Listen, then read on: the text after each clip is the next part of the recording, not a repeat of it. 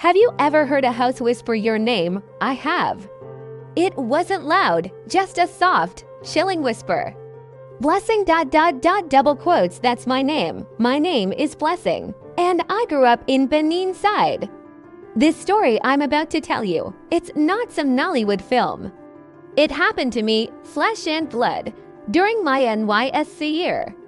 You know how it is, they post you to some place you've never even heard of. For me, it was a proper rural area, the kind of village where the darkness at night is so thick you feel you can touch it.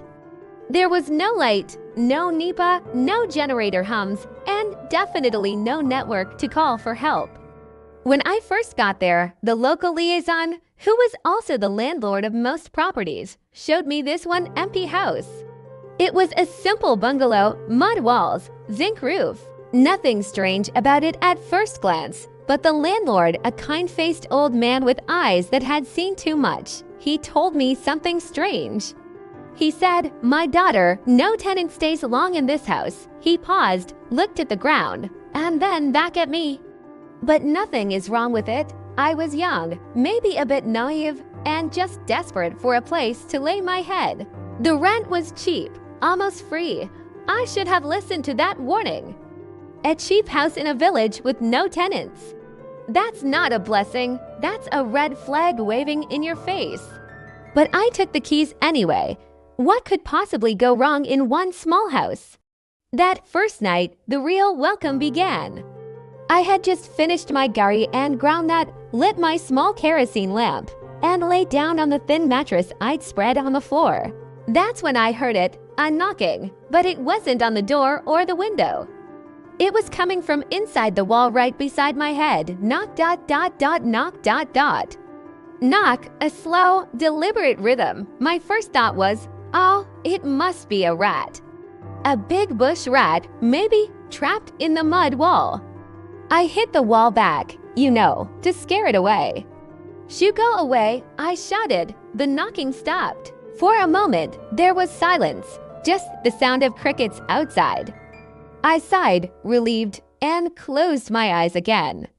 And then the house spoke. It wasn't a loud voice. It was like someone was right next to my ear, whispering with a breath that felt cold and damp. Double quotes blessing, ...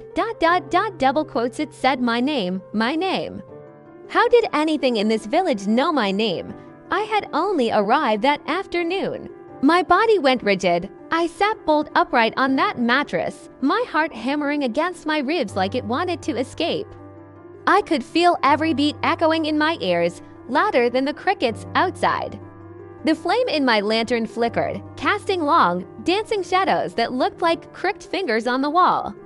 I strained my ears, listening, praying I had imagined it. But the silence that followed was worse than the whisper. It was heavy, expectant. I finally found my voice, a shaky, trembling thing. Who ... who is that? I asked into the darkness.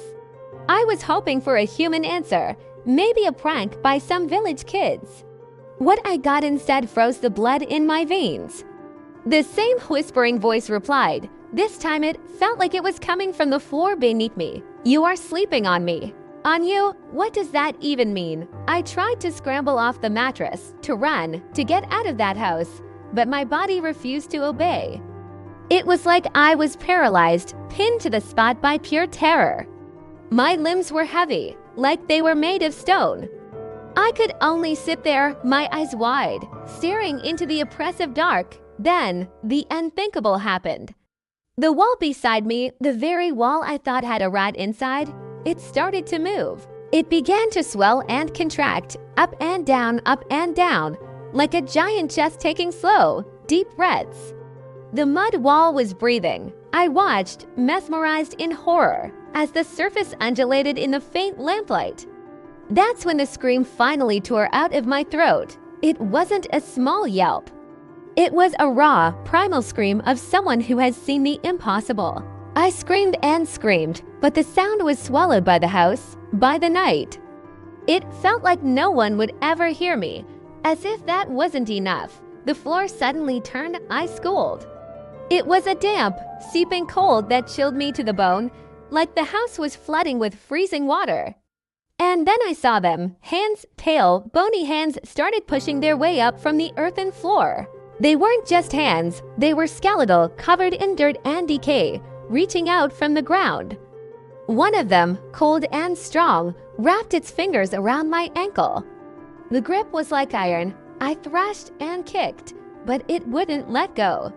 More hands were emerging, clawing at the mattress, reaching for me. In that moment of absolute terror, my faith kicked in. I started shouting the only name that could save me. Jesus, Jesus, Jesus. I screamed it over and over. I shouted my mother's name. I shouted for my father.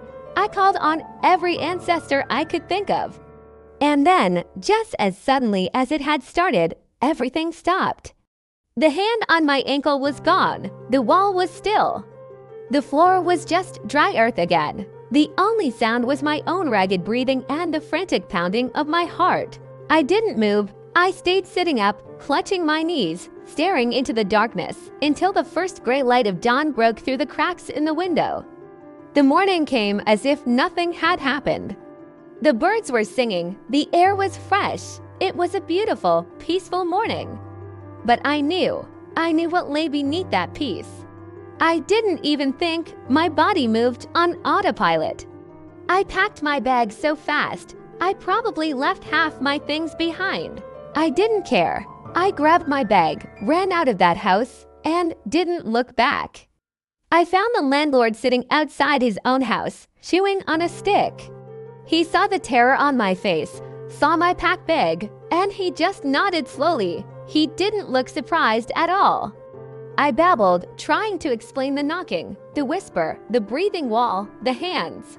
When I finished, he just looked at me with those old, sad eyes and said, "That house. It was built on an old burial ground, a forgotten one." I didn't wait to hear another word. I didn't go back to the school to say goodbye. I walked to the edge of the village, fled down the first bus I saw heading out, and I left that village the same day. I never went back. I eventually got a reposting, but that night changed me. Since then, I've learned a lesson. When a house is too cheap, when a deal seems too good to be true, I don't ask questions. I don't try to be brave. I just turn around and walk away.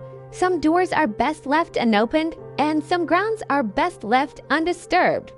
If you enjoy true-life Nigerian horror stories like this one, stories that make the hair on your skin stand up, please subscribe to this channel.